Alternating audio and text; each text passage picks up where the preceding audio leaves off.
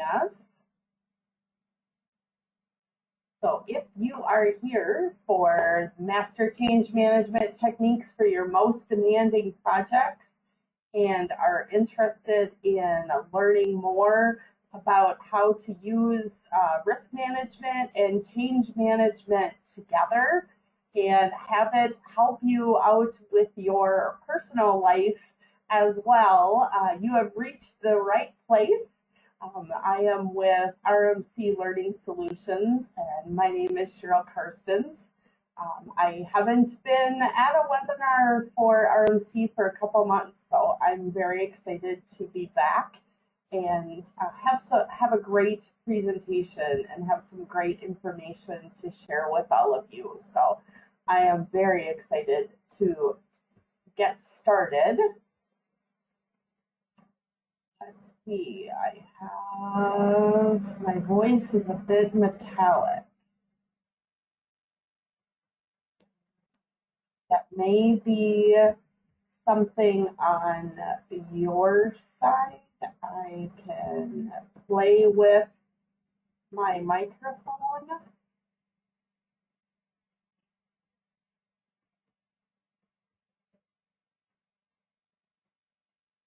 Let me see if I can figure that out real quick before we get started.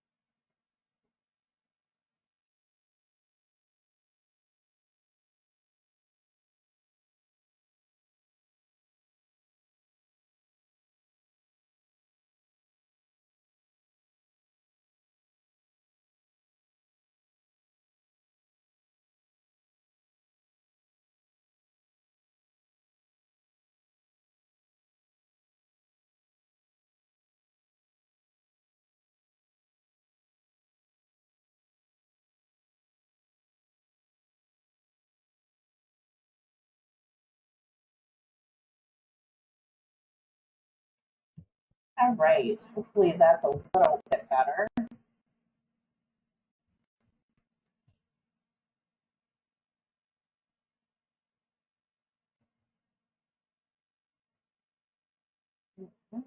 Just give me 1 second. Whoops, don't want to show you that one. I'm going to try one more thing and see if this helps at all.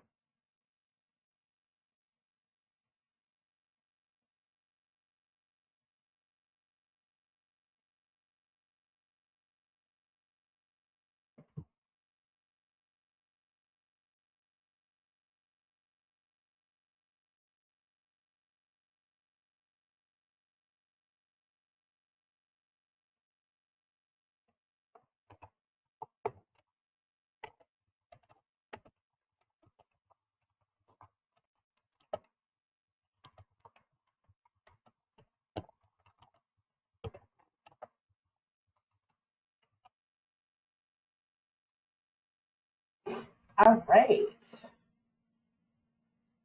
Well, let's go ahead. I can have that. All right, perfect.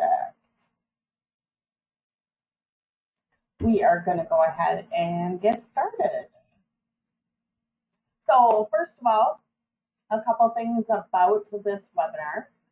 We have our first screen is about this webinar, and this has many of the resources that were used to create this webinar. And then we also have our copyrighted information.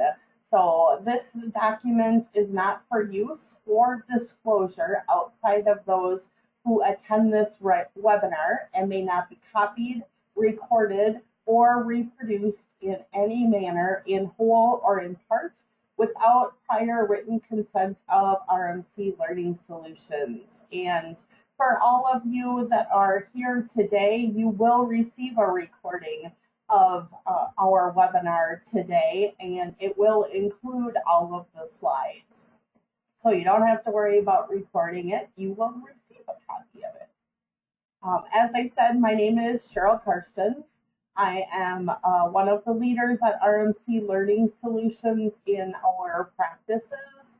I have over 20 years of experience in training and development, project management, agile, hybrid business analysis, and leadership development.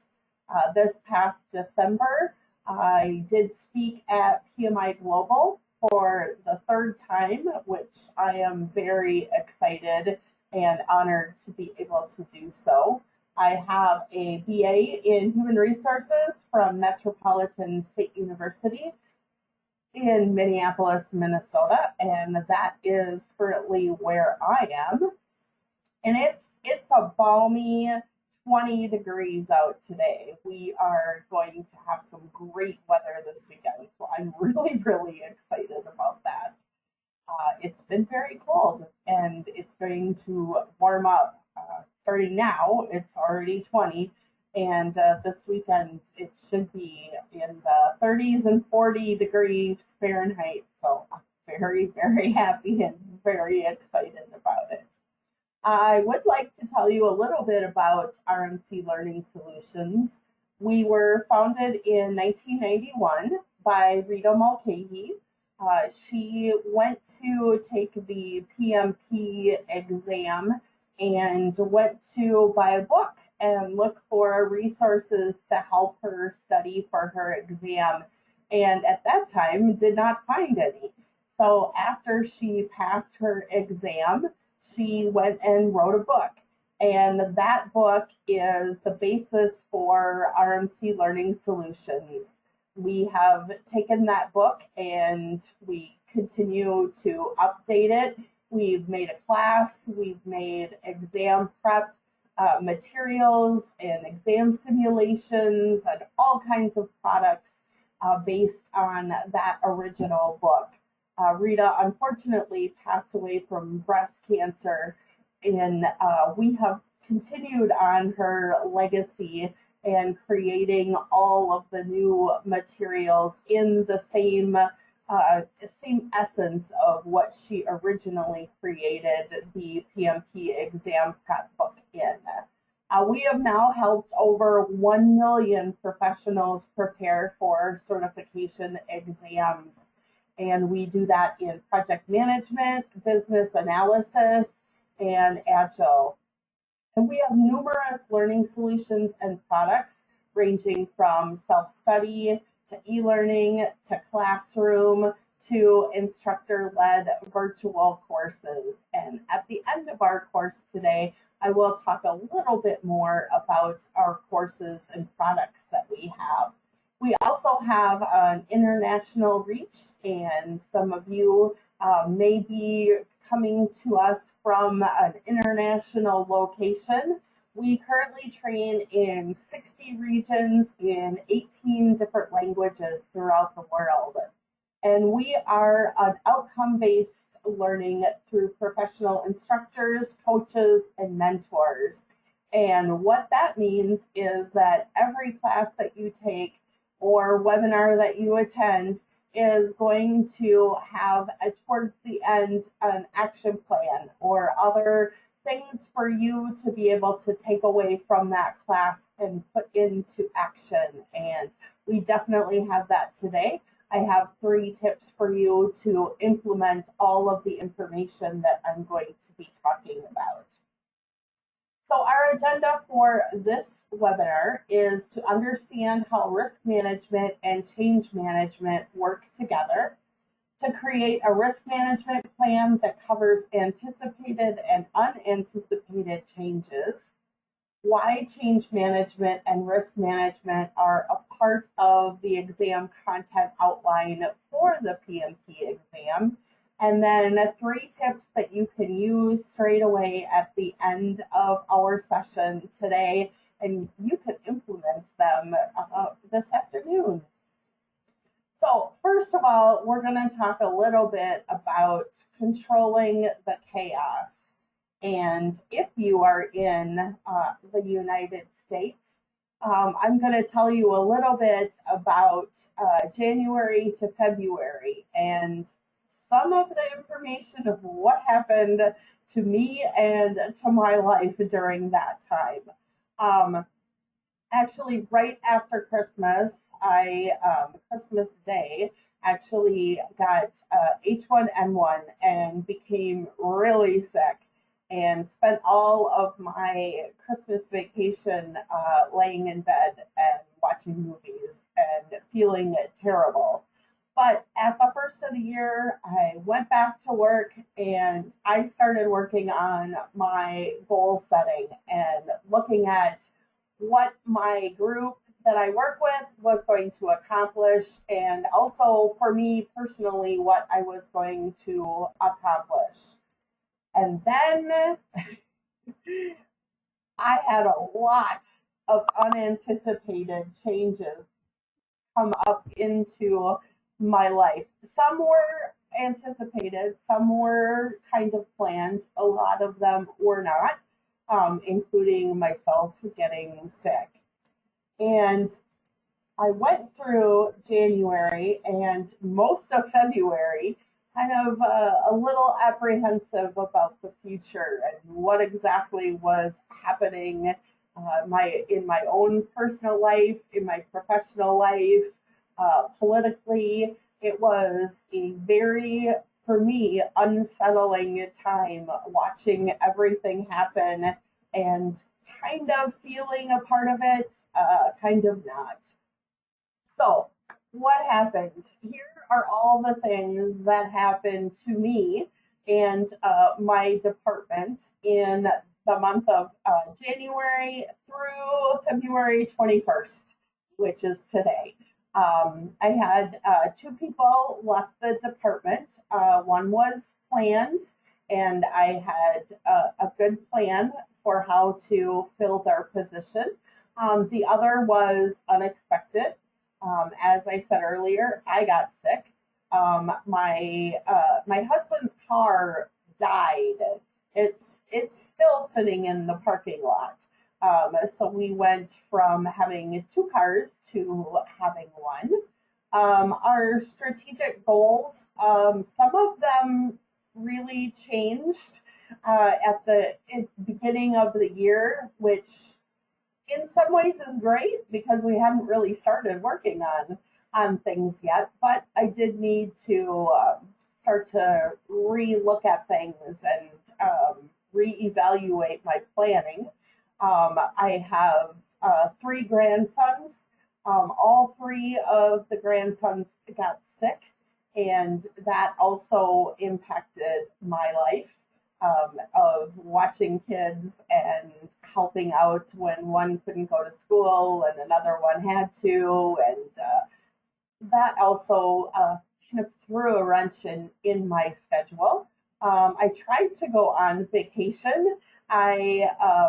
Due to my own procrastination, I sent in my passport with 2 weeks before I was leaving for Mexico.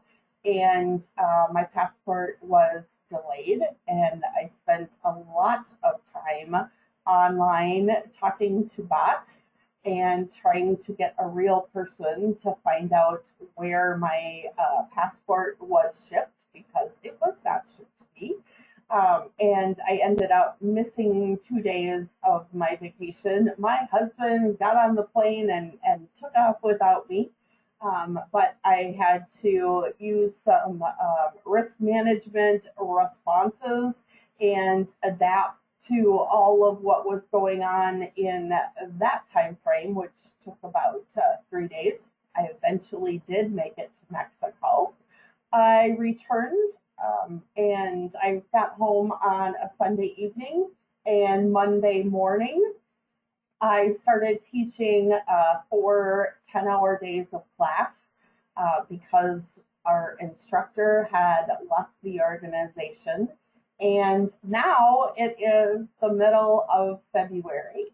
And I finally am starting to feel like I have a few minutes to breathe, to start working again on my goals and my strategic goals.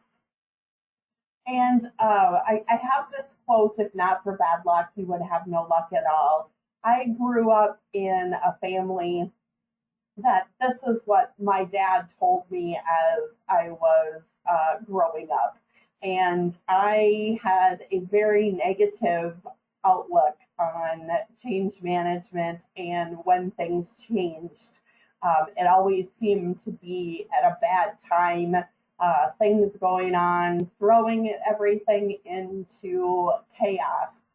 And so I really had to work on my own personal attitude about risk management and change management. If you can't change your fate, change your attitude. And this has taken me several years, but now all of those things that happened in January and February and really took over my whole life. I approached it with a positive attitude that I just needed to get the work done, and there is light at the end of the tunnel, and to keep working towards that. And now that's where I'm at. I've hired one new person, really close to hiring another person. My department will be full again, and we'll have all kinds of work and fun things to be working on and doing again. So, when we look at risk management and change management, we need to start going through the risk management process, which I am going to be walking everyone through that. And part of the steps of risk management is identifying what those risks are, doing an assessment of those risks, mitigating through looking at their probability and impact, having some type of monitoring and controlling aspects into that process, and then evaluating the risk response. Was it the right response? And then also evaluating future risks and continuing to go through that process. And all of those things are in alignment with change management.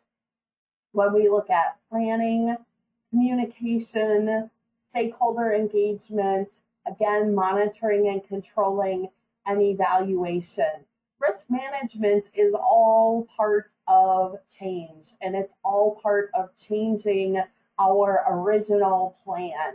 And that's what I'm going to be talking about today, is how you can do that in a more controlled environment, thinking about all of those different aspects of your organization, the work that you do, the department you work in, as well as your personal life, your home, your family, your free time, having work-life balance.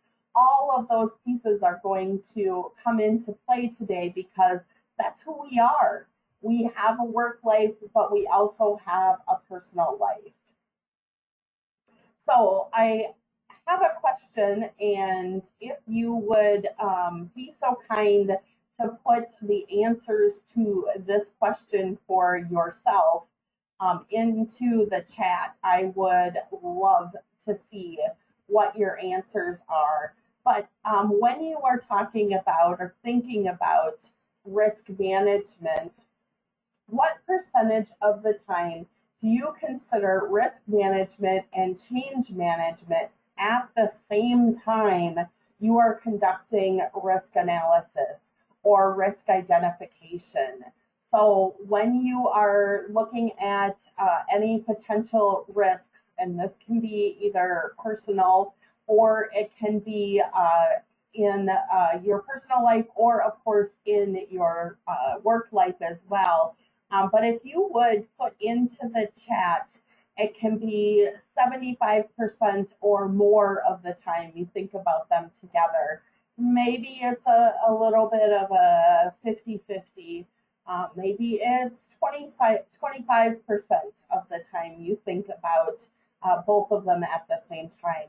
Or maybe this is why you are in this go into this webinar is because you don't normally think about them together.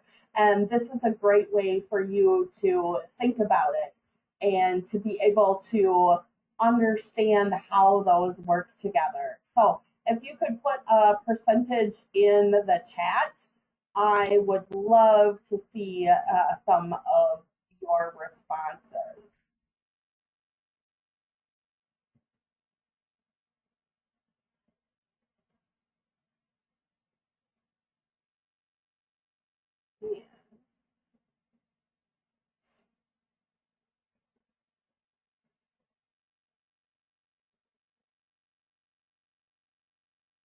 All right, it does not appear that I'm seeing answers to the chat. Do not know why.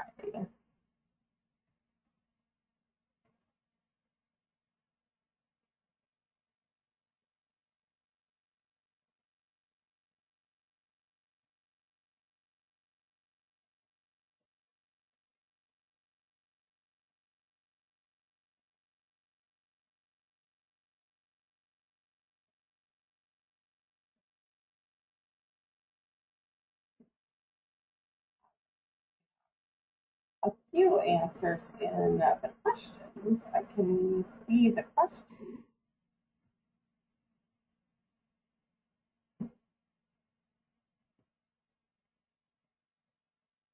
So if you put it into the chat, I apologize. I'm not seeing that information, but I am seeing some of your comments and questions.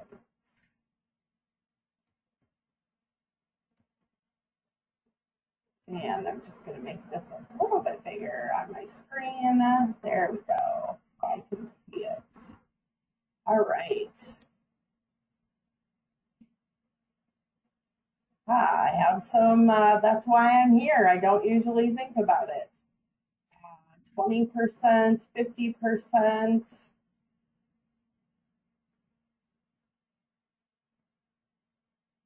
Right. Well, it looks like most of you couldn't see the chat. So that explains why I'm not able to see your responses. So that's great. Yes. Some of you, we have 80, 85%, 95%. That's awesome. 0, less than 85%.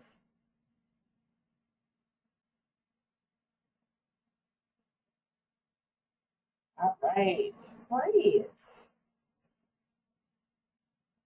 Okay. It's kind of scattered across, but it looks like we are more in the 50% and below. And for those of you that answered higher than that, bravo, because you are doing an excellent job. What we're going to be able to look at and talk about today is how to flex that muscle and do it automatically, and how to really start thinking about those processes at the same time. So our next section is understanding how risk management and change management work together. So we're going to start looking at our organizational goals, some of our big picture type of content that we're going to be talking about today. So some of our suggestions are to, our organizational goal is to increase sales by 10%, increase our marketing budget by 5%, decrease waste by 5%. So part of it is then us looking at all of those agreed upon objectives in our projects. So are the agreed upon objectives in our projects, helping to support that organizational goal. So if our goal during a project is to provide all agreed upon objectives and goals to the customer, that's going to help us to be able to increase our sales or maintain our sales. And this is an important part of our department or our project management area to make sure that we are all in alignment with our organizational goals. We also need to look at our own personal life, our own department or area if we are a leader. So when you're looking at how will my responsibilities be affected, if you are taking on an additional project, is this part of your job? Is this part of what you are expected to do? Or is this additional responsibilities in addition to what you're doing on a day-to-day basis? Are you increasing bandwidth? Do you have new people that you are hiring to help come in and do this work? If not, how are you going to be able to manage your normal day-to-day work with additional responsibilities? How are your priorities affected? Looking at that priority list, your backlog for the project, are you going to have time to be able to complete everything? And are all of the people that are working on this project also going to have enough time to complete all of the responsibilities? And then put it into perspective with your work-life balance. So as I talked about, when I came back from Mexico on vacation, that next morning, I started teaching a 4-day, 10-hour class. I did that because the instructor who was assigned to teach that class had left our organization. And so when I left for vacation, I looked at that calendar, or before I left for vacation, I looked at that calendar, and all week in my mind, I was psyching myself up for that because I knew that when I got back from Mexico, I was going to be tired. I did sleep a lot in Mexico, but I knew I would be tired and I knew I was going to be training. And so I cleared out everything else that I had going on for those 4 days. I didn't do anything else at night. I focused on the class. I actually got all of the materials printed out and all ready to go for me to teach before I left. So when I came in the morning, everything was sitting out on my desk. And so by thinking that through ahead of time, I was able to prepare and be ready to teach that class and not panicking, not being all stressed out. I just came in and did it. And that's the best way to try to have that balance between your work life and your personal life. So increasing marketing budget by 5%. Assist the marketing department with their requests for information. And again, go back through that personal life. How will my responsibilities be affected? Are we increasing bandwidth? How are my priorities affected? How is this going to affect my work-life balance? And when you start to ask those questions, you're going to find some of those answers on your own. And some of them you're going to find out you need help. You need to go and talk to your manager or somebody that's ahead of marketing or those organizational goals and have a conversation with them about how you or your team is going to be able to execute this. And then decreasing waste by 5%. Review the new guidelines and put into place. So going through, looking at what that goal is, what those new guidelines for decreasing waste, and again, going back through all of those personal life questions and making sure that you're going to be able to manage to do that. One of the ways that we can start to look at our personal life and balancing it with our work assignments is going through and looking at our risk management steps. And this, as we are working on a project, these are all of the steps that we should be doing on each project to plan risk management, identify those risks, perform qualitative and quantitative risk analysis, plan risk responses, implement those risk responses, and monitor risks. So when we look at our risk management process and look at it while we're balancing our change management process, we start off by planning risk management. Our objective of this step is to determine how risk management will be done, who will be involved, and any procedures to be used. If we are looking at our change management process, and we are going to look at that in detail in just a few moments, we can start to think about, as we are planning our risk management process, what are some of those changes that may come as a result of those risks? And then we want to identify those risks. Our objective is to get stakeholders involved in making a list of risks as comprehensive as possible. And at this stage, we do not evaluate or comment on responses. We just write them all down. And then we may do a qualitative and or quantitative risk analysis. Qualitative risk analysis is the subjective analysis, ranks all risks and divides them into a short list or a watch list, and then decides which warrants a response in the next step, or they do quantitative analysis for further prioritization.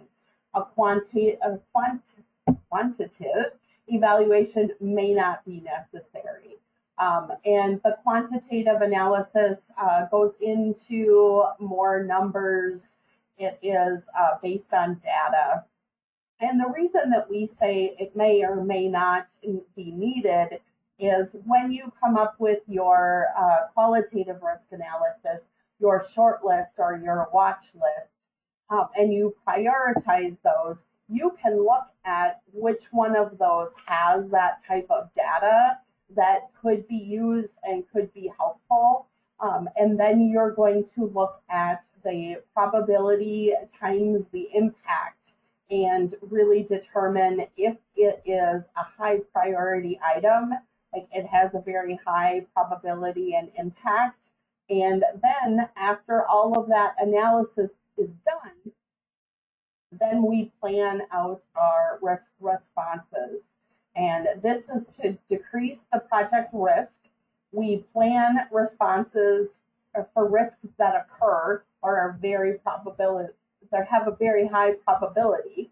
And then we take action to reduce overall risk by project by decreasing the probability and impact of threats and increasing the likelihood and impact of our opportunities. And this is the basic start of looking at our change management process as we are planning out those risk responses.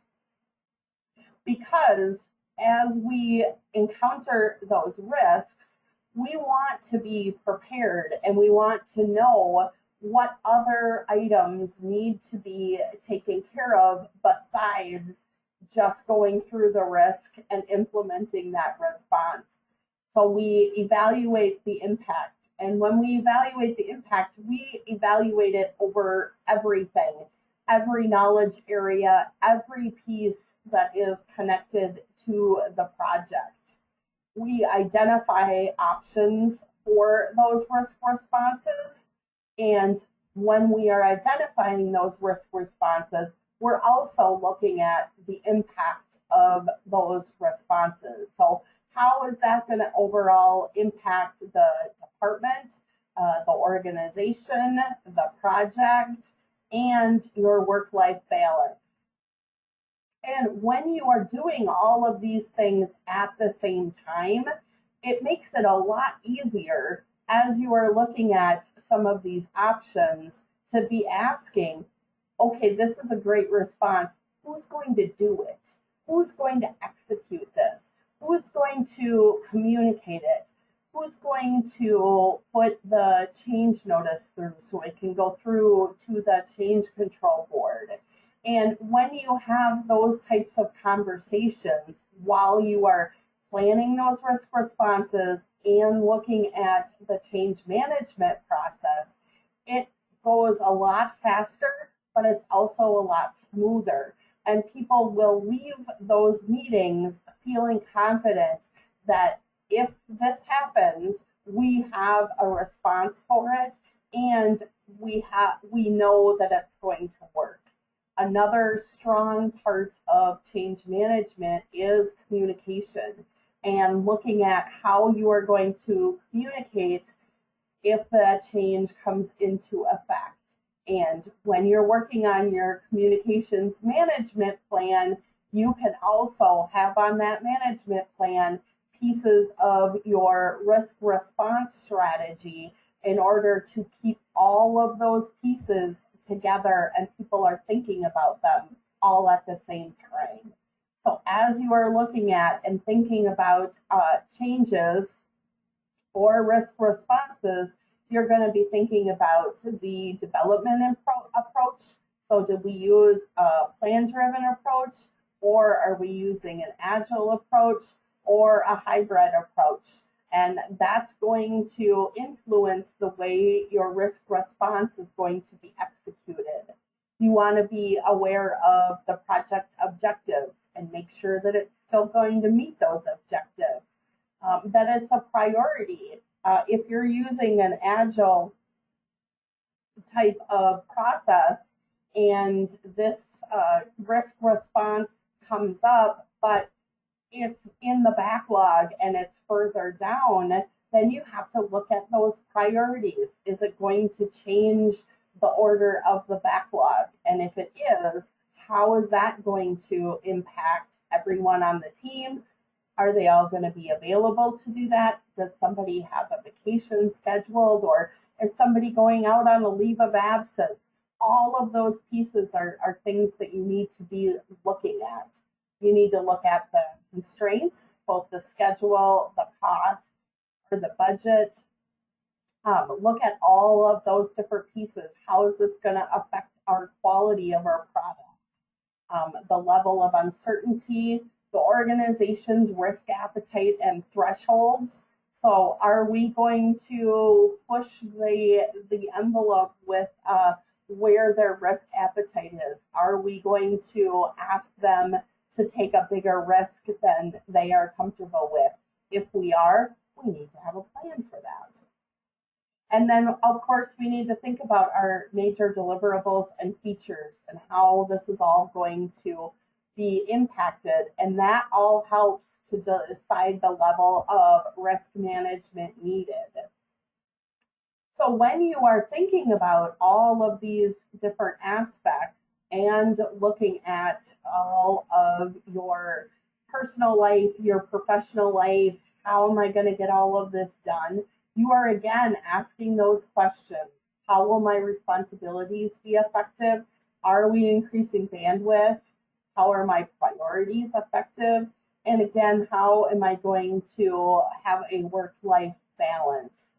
And I will tell you that after the 4 days that I taught, I did work a half day, and I did take some extra time off during that week to have that work-life balance and to feel a little more level-headed after being on vacation and coming back and teaching that class right away. So the other piece of it is, what can I learn from this person or this experience? And often we do our retrospectives as a group. I encourage you also to do a retrospective yourself after. And I've been thinking a lot about January and what I maybe could have done differently to help it go a little bit smoother. And I do know my procrastination, especially with my passports, led to a lot of chaos and a lot of things that I did or happened to me that didn't need to happen. If I would have taken the time and gotten my passport earlier, I wouldn't have been in the mess that I was in. So thinking about and doing some type of retrospective is always going to be helpful. And we also need to think about how is this affecting our personal life? Are we prepared and willing to take on the change? If we're not, we need to let somebody know. If we're not able to take on the change, if I would have had a prior commitment during that week of teaching, we would have had to talk about if someone else could have taught that class, if we would have had to cancel that class. We would have had to put all of those options out there. And then our other options that can be defined during our risk management conversations are scheduling, product completion, the dates, the cost, if we need to use additional resources, and budget implications. If we are implementing this risk response, do we have reserves? Do we have money in the budget in order to make up and either fast track that project, have someone else do it, get in additional resources? We need to think all of those things through. So when we go back then to our risk management process, we are then going to implement that response, and we're going to watch for triggers and events, make sure everything is going the way that it's supposed to. So our objective is to use the planned risk response if a risk occurs, and then monitor risks. Periodically review the risk register during project execution. And our objective is to remove risks, add new risks as they are identified, adjust response plans as needed. And I really do think that for the most part, our workers need to be more vocal about how these changes are affecting their professional life, their day-to-day life, and their personal life. And I know that can be scary. I know for a lot of people that you're worried about keeping your job or getting a new job and being taken advantage of. You need to accept and look at what portions of it are acceptable to you. And if they're not, it's still okay to tell management. And then management will deal with that situation. It may or may not come out the way that you want it to, but at least you can feel that you are having and creating some type of conversation about it.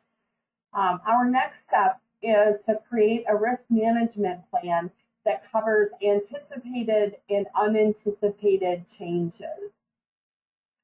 We're going to look at our risk management plan, but I also do want to add that RMC, we do have a risk management book. It is a risk management tricks of the trade for project managers, and I did put the list or the website address on the slide because if you are interested in getting more information about risk management, this book is very, very helpful. It goes through each of the steps that I just went through. It explains what each of them are, and it also tells you how to manage that step in each of the processes. So when we have a risk management plan, And this is in an Excel document, just one example of what a risk management plan might look like. But I really like this example because it goes through the probability, the impact. It helps to give you a score. Here on this, they have gone with low, medium, and high. You can put whatever value that you want for figuring out that probability. It has a revised probability, so that's a revised impact once mitigating actions have been completed. So once you've done your risk responses, this is what the probability may be after that. It also lists out secondary risks, residual risks, contingency plan, and the next actions. Over on this side, after you have the score, mitigating actions, it has the responsible party, which I think is so important when you are looking at risk response strategies, because it does help you to execute that risk response strategy. You don't have to have a conversation and talk about what exactly happened. That person knows that they are responsible for it. And of course, then we need to look at why this is all part of the exam content outline when we are looking at the project management professional certification. And excuse me just for 1 second, I need to take a drink. All right, I'm all better now. Excuse me. So why is risk management and change management part of our PMP exam content outline? The risk management, it all goes to our processes, and task number 3 is to assess and manage risks. They break it down to 2 enablers. Determine your risk management options, iteratively assess and prioritize risks.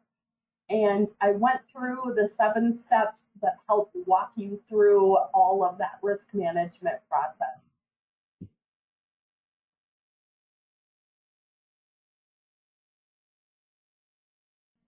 Oh, sorry about that, excuse me. And then our process for make project changes is task 10. And here we have 3 enablers. Determine strategy to handle change, execute change management strategy to the methodology, and determine a change response to move the project forward. And this we went through 4 steps of change to help you think through in our risk management, what are the risks? How are they going to be responded? What is the implications for each of those risks on the entire project, and not just schedule, cost, and budget, but looking at all of those knowledge areas. Coming up with a risk management response, but then also having a response for that change, looking at the communication, looking at how it's going to affect that project, and communicating all of those changes with everyone so everyone is still in the know. And that is the best way to help mitigate between our risk responses and our change management strategy. So 3 tips that you can use today to help you implement and think all of these things through. We can understand and use the steps involved in change management. Identify how risk management and change management can be used together. And respond to workplace changes with a mind for how it affects your personal life. So number one, understand and use the steps involved in change management. And these are the steps that are involved in a plan-driven project. I would also say you can look at these steps for an agile or a hybrid process as well. More than likely, you don't need to get the change request approved, step three. But there are definitely people that you still need to talk to and make sure that everyone is on board with the change.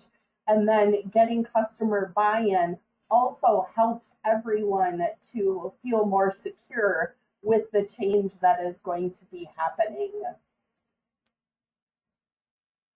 And identify how risk management and change management can be used together.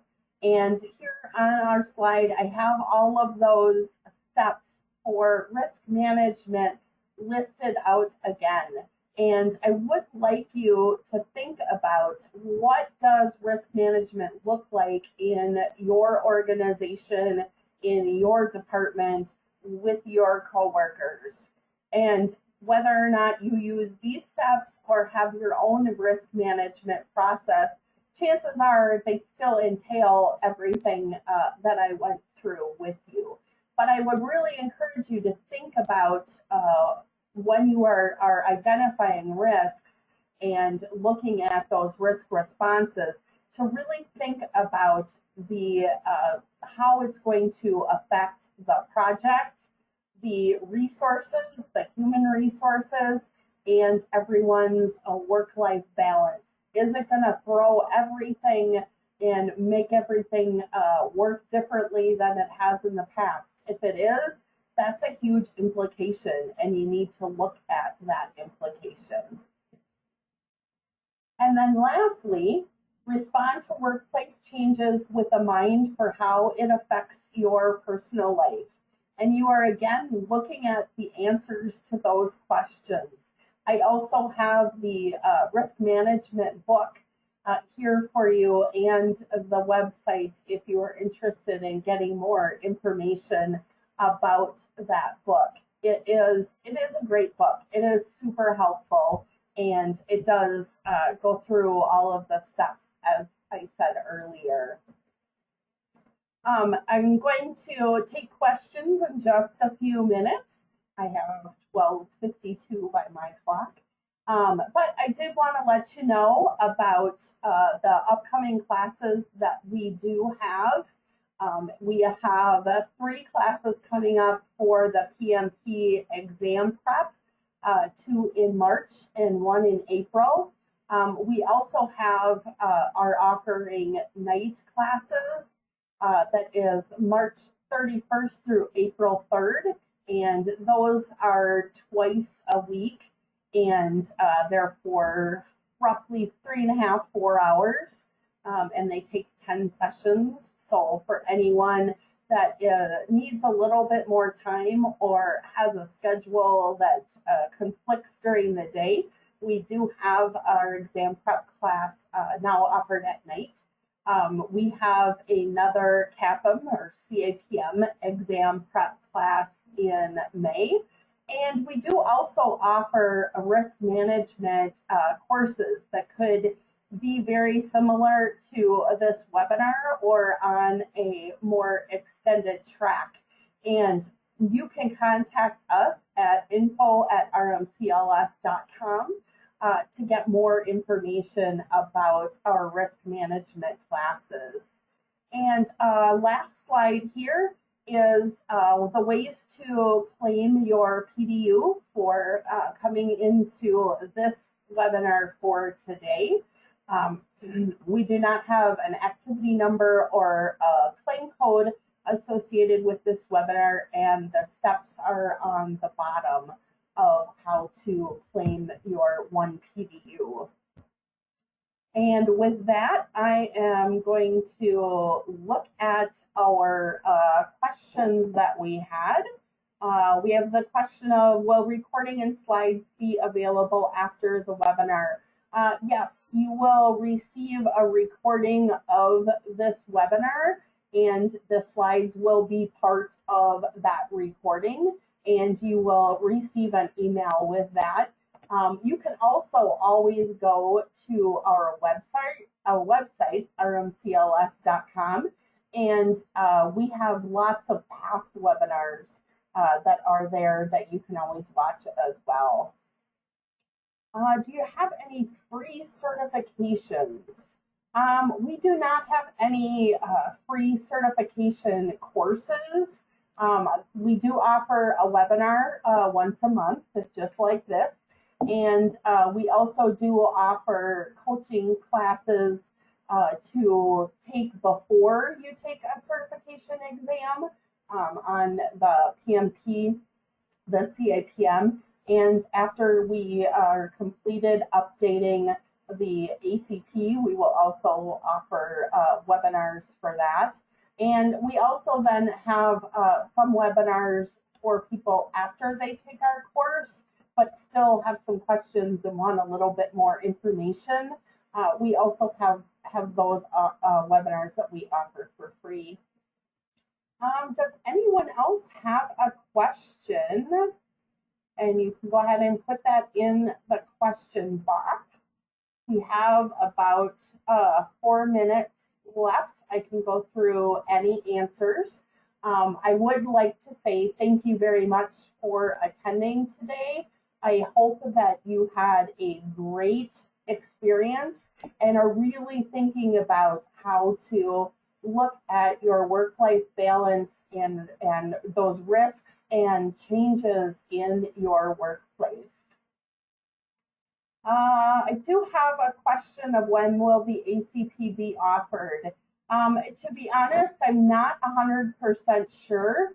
I am working on the course right now, and our book is being updated and edited, and obviously then needs to go to the printer, and our exam simulations still need to be worked on. So I'm hoping that we will be able to offer it this spring, but you can always check out the website to get more information on where we're at in our process.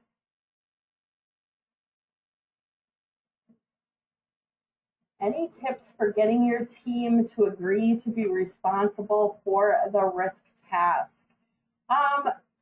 Absolutely. I didn't know that there was an option of whether or not a person agreed to take on a risk response.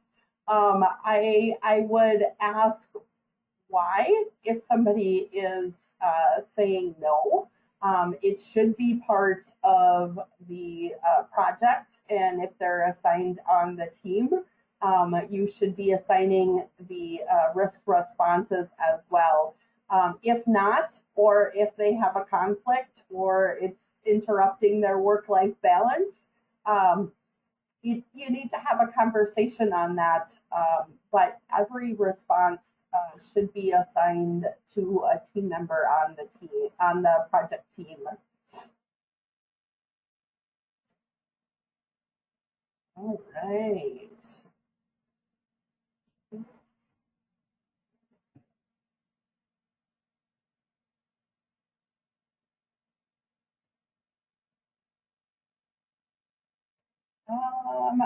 Okay, somebody did ask for my contact information, and I do not have it on the deck, but I will add it.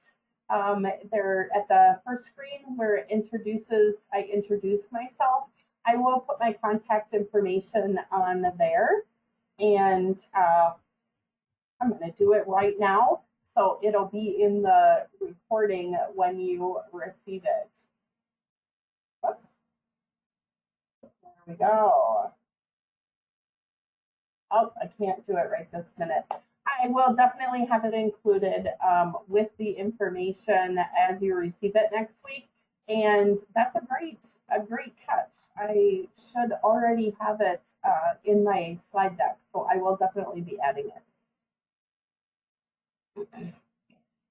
What do you mean by increased bandwidth? Increasing resources, I guess, is a better word than bandwidth. And that could be either hiring more people if a project or a risk response becomes overwhelming. Maybe there needs to be more resources for team members working on that particular response. Or it could be pulling team members from a different department or moving them from one resource to another resource. But it generally means increasing bandwidth. It means employment or increasing the amount of people that are working on the project. Somebody already got their PDU approved. Awesome. And I have 1 o'clock on the dot. I am not seeing any more questions. So everyone have a great afternoon, and I will talk to you all soon. Bye-bye.